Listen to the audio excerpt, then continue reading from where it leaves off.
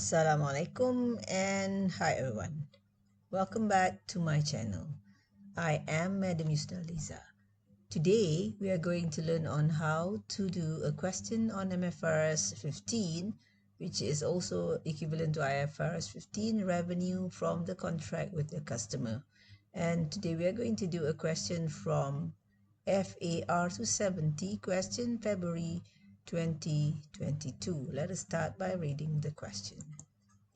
So if you look at the question here, you have the first one, question 3a. Question 3a is about asking you to describe three criteria for an entity to recognize revenue after the entity satisfies the performance obligation. Normally, entity will recognize revenue. So when the performance obligation are being satisfied, normally when the control of goods and services are handed over to the customer. So the question is asking you the revenue recognition for the performance over time. What are the three criteria if you were to recognize revenue for the performance obligation that was satisfied over a period of time? So let's look at what was prescribed under Mfrs 15. Under Mfrs 15, the three criteria to recognize revenue is laid down by paragraph or under paragraph 35 of the Mfrs. So the first one, it is about where the customer now has simultaneously receive and consume the benefits provided by the entity. So when entity satisfied the performance, customer can now receive and consume benefits. So that is one criteria to recognize revenue over time. The second criteria that was prescribed is that the performance of the entity, which refers to the seller, will create or enhance the asset, that is the goods being sold to the customer, where now the customer will have the control of the asset that has been created or enhanced through the entity's performance. So that is the second criteria about the customer control as the asset is being created or enhanced. The third one under paragraph 35 is that the entity's performance now no longer or does not create an asset where that asset gives the alternative use to the entity. So it is now being controlled by the customer. An entity now has an enforceable right to payment after the completion of the performance obligation. So that is not giving any other alternative for the entity to use the asset, because now it belongs to the customer. So that was three criteria for the recognition of revenue under Mfrs 15, revenue to be recognized over time. Let's look at the second part, part B. In part B, you have a company, and this is about who are you, which is the entity. Entity is the seller. So seller here is a software company. Well, what happened is that the software company here operates as a provider of software and also provides services to the customer. And on 1st of March, this is the date where the contract is being signed. The company entered into a contract. So this is the date the contract is being signed. And a contract here with a customer, North Star. So North Star here is the customer. And remember, Huayu is the seller, the entity. What was the contract? Which is to provide professional service. The contract was to provide professional service, which consists of customized installation. So for the Customized installation, I'm going to use purple. So this is customized installation service. And the second one is providing 1 year post installation. I'll be using green. 1 year post installation support service, and that is for specialized software.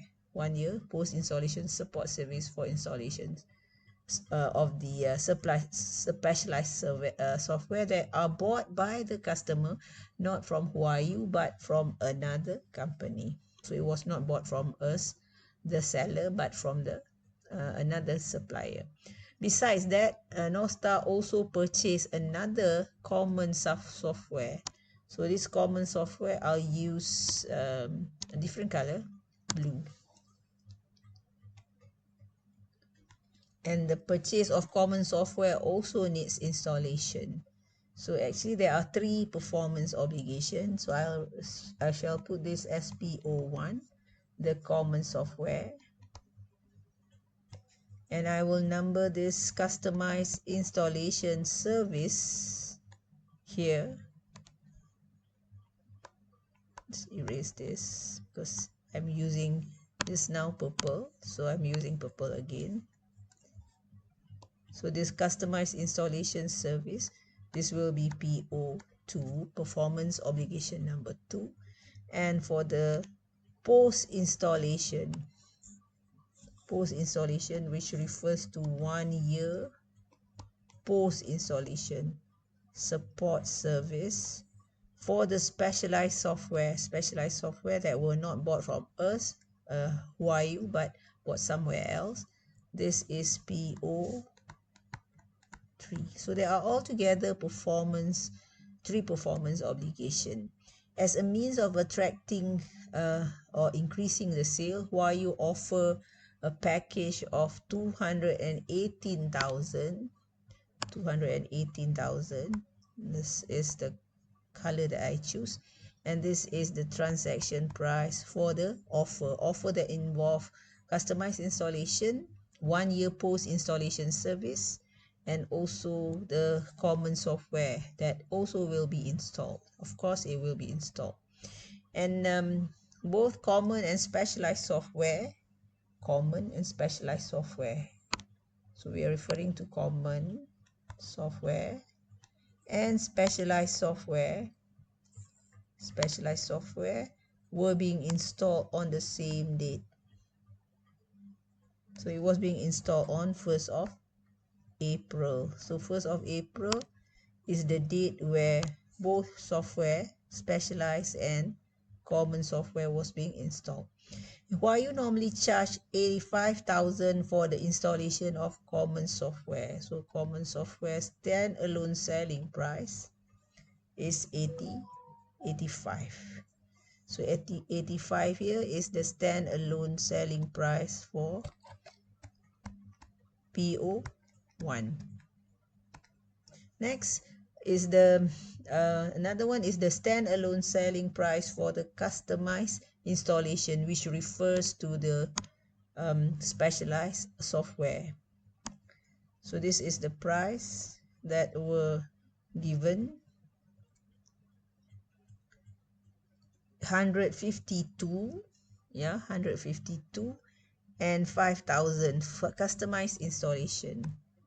152, that was for the customized installation of the specialized software, and 5,000 is for the post installation of the specialized software. Post installation of the specialized software was the one that we have discussed earlier, right? So the specialized software, 85,000 here is for the common software. The specialized software, I just use the same color, which is just use this color, different color here.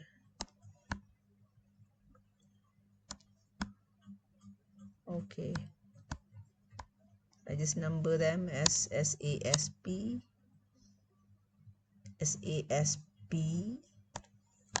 So I put here SASP 1 for the common software, and this 150,000 is for the installation of the customized or specialized software.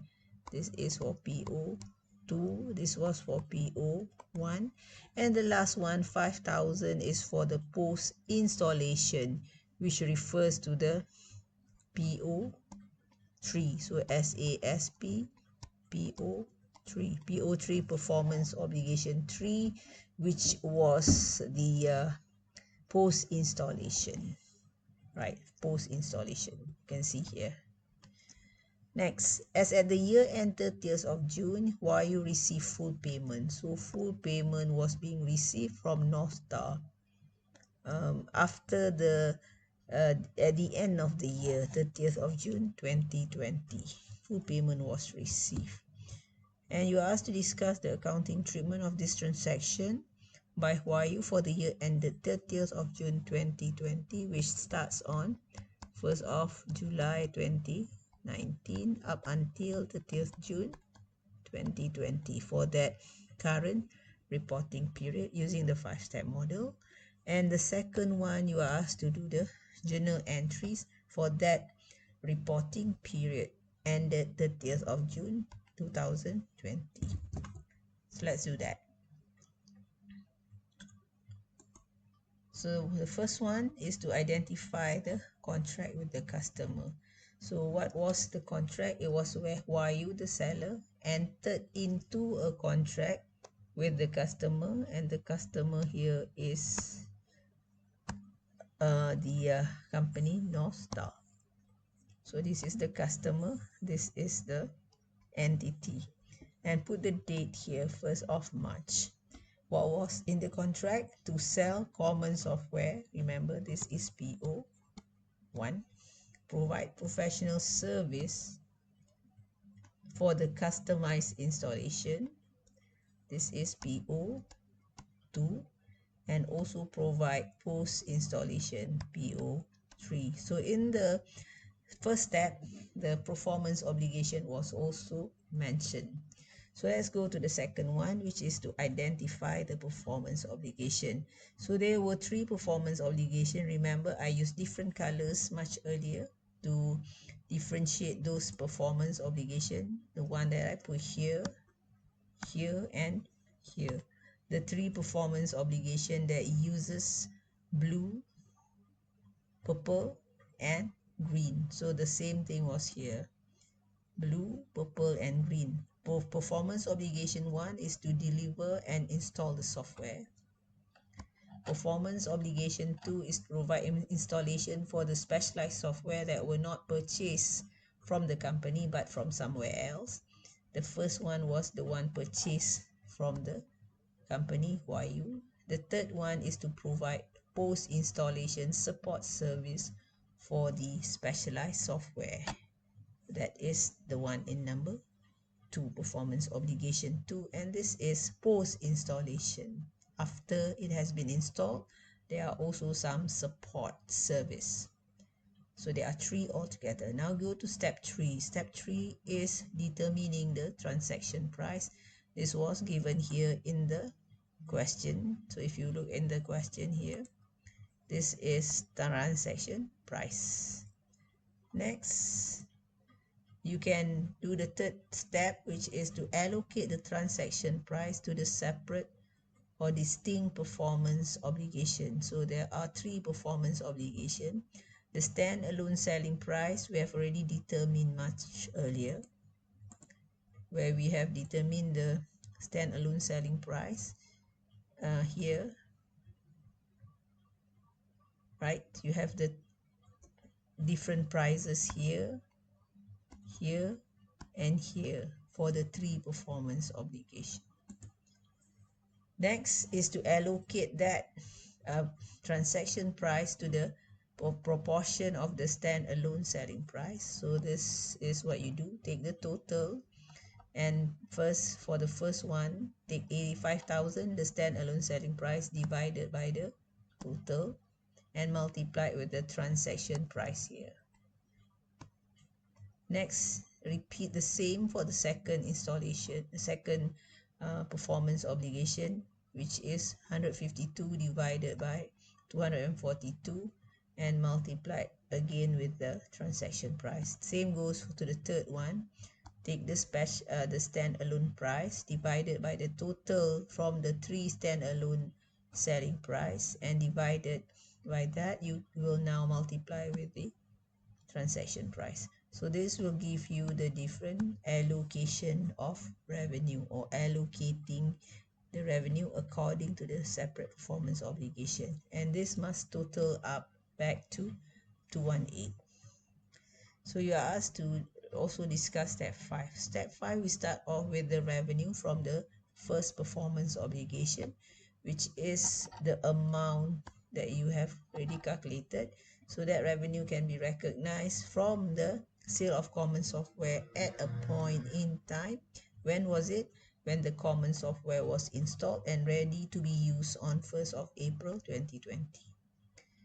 And revenue, that second one, is from the performance obligation number 2, that is providing the installation service of the specialized software. So that will be recognized again at a point in time once the entity completed the specialized installation service work that was also on the same 1st of April 2020. So those two revenue are recognized at a point in time.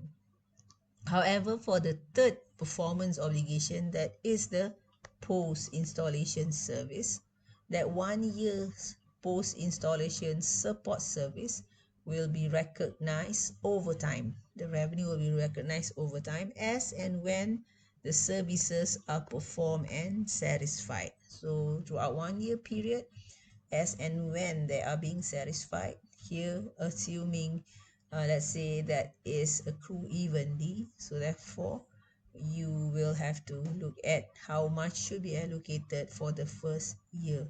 And remember, the year end is 30th of June 2020, and you start providing it as at 1st of April 2020. So from 1st of April up until 30th of June, that was 3 months. So for that part, you should recognize for the year ended 30th June 2020 only 3 over 12, which is quarter of the revenue, since this was 1 year performance obligation and the year end is 30th of June. So you will just recognize the revenue for this period here, that was 3 months. And how much was it? It will not be 4504, but it will just be 3 months from that 1 year performance obligation revenue, 1126. Next is the journal entry. For the first one, the revenue that will be recognized is from PO1 and PO2. We are going to recognize the revenue as the performance obligation was being satisfied. So based on the allocated amount here, these two amount, right? However, you cannot debit them to account receivable since the performance obligation has not yet been fully satisfied, and the rights to the payment is still conditional upon the satisfaction of performance obligation 3, which was the post installation service. So you will just debit the contract asset. You're not going to debit to accounts receivable. You will only debit to account receivable if the performance obligation has been satisfied. Here, no. So you will debit the contract asset. The next one, you receive the payment on 30th of June, even before you bill your customer. So when you receive the payment, that was for the payment, it was full payment, 218,000 was received. If you refer here, full payment for the package, and remember the package was 218. So when you receive the payment, you will debit bank because you receive payment, receive full payment. And remember, on that date, the performance obligation number 1 and 2 has been satisfied.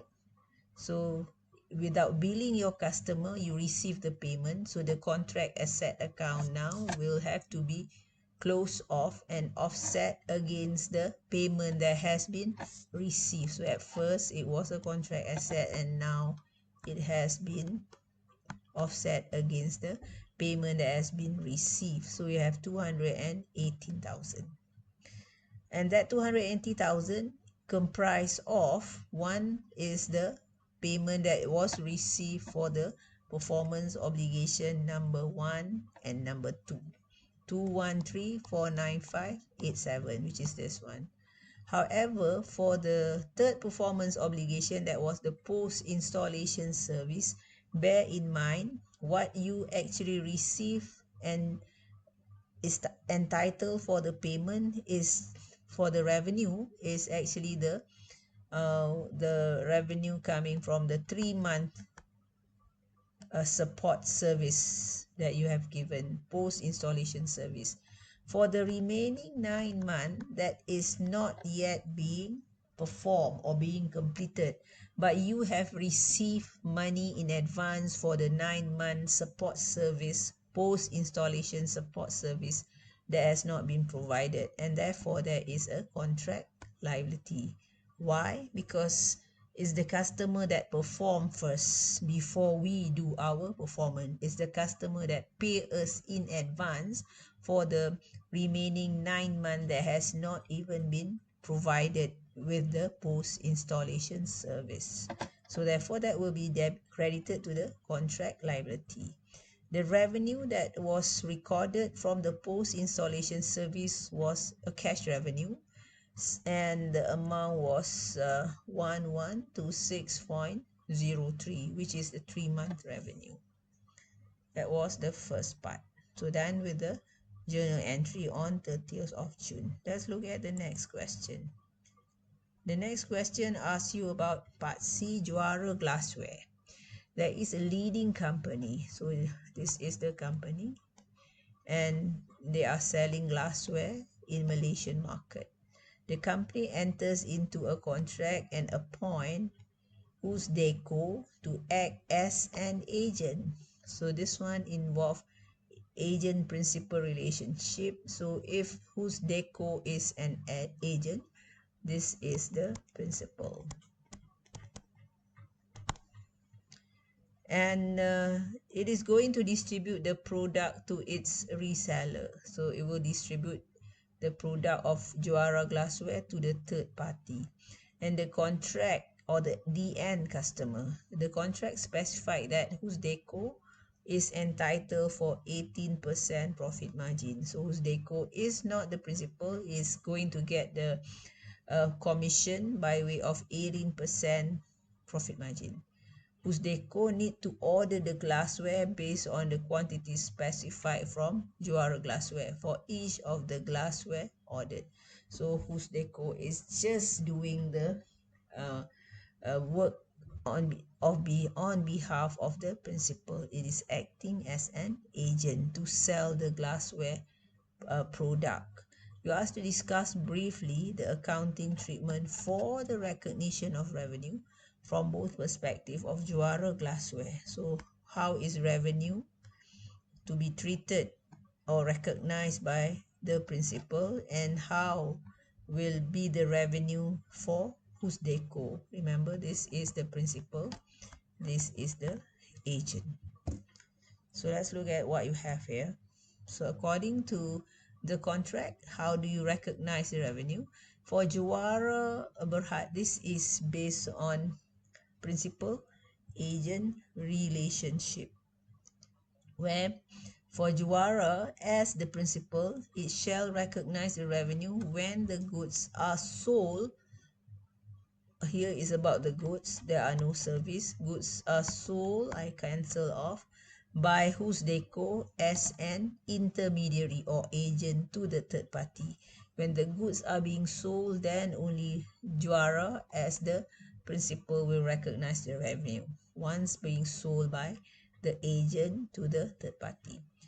For whose deco, the revenue will come from the commission, which is based on 18% of the profit margin. So the commission will be given to whose deco, and that is how whose deco is recognizing its revenue, mostly from the commission that it earns from the uh, principal as a result of selling the glassware to the third party or to the end customer. So that's it for today. I'll see you when I will see you. Till then, Assalamualaikum and have a pleasant day ahead.